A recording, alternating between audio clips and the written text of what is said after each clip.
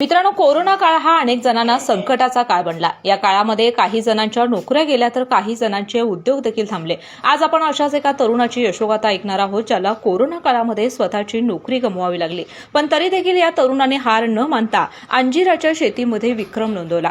पुरंदर तालुक्यातील सिंगापूर येथील अभिजित लवांडे यांना कोरोना काळात नोकरी गमवावी लागली, मात्र हार न मानता त्यांनी शेतीची कास धरली।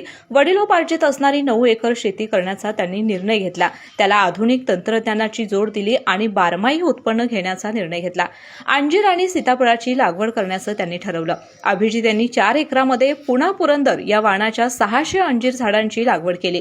कृषी विभागाकडून शेततळ्याचा लाभ तसेच कृषी विषयक प्रशिक्षणाचा त्यांचा मोठा फायदा झाला आणि आज 30 गुंठ्यात अंजिराच्या शेतीमधून 14 टन विक्रमी उत्पादन घेऊन 10 लाखांचा नफा ते मिळवत आहेत। मित्रांनो, ही माहिती तुम्हाला कशी वाटली हे कमेंट करून आम्हाला नक्की सांगा आणि अशाच नवनवीन माहितीसाठी आपल्या कृषी संवाद या चॅनेलला पटकन सबस्क्राइब करा।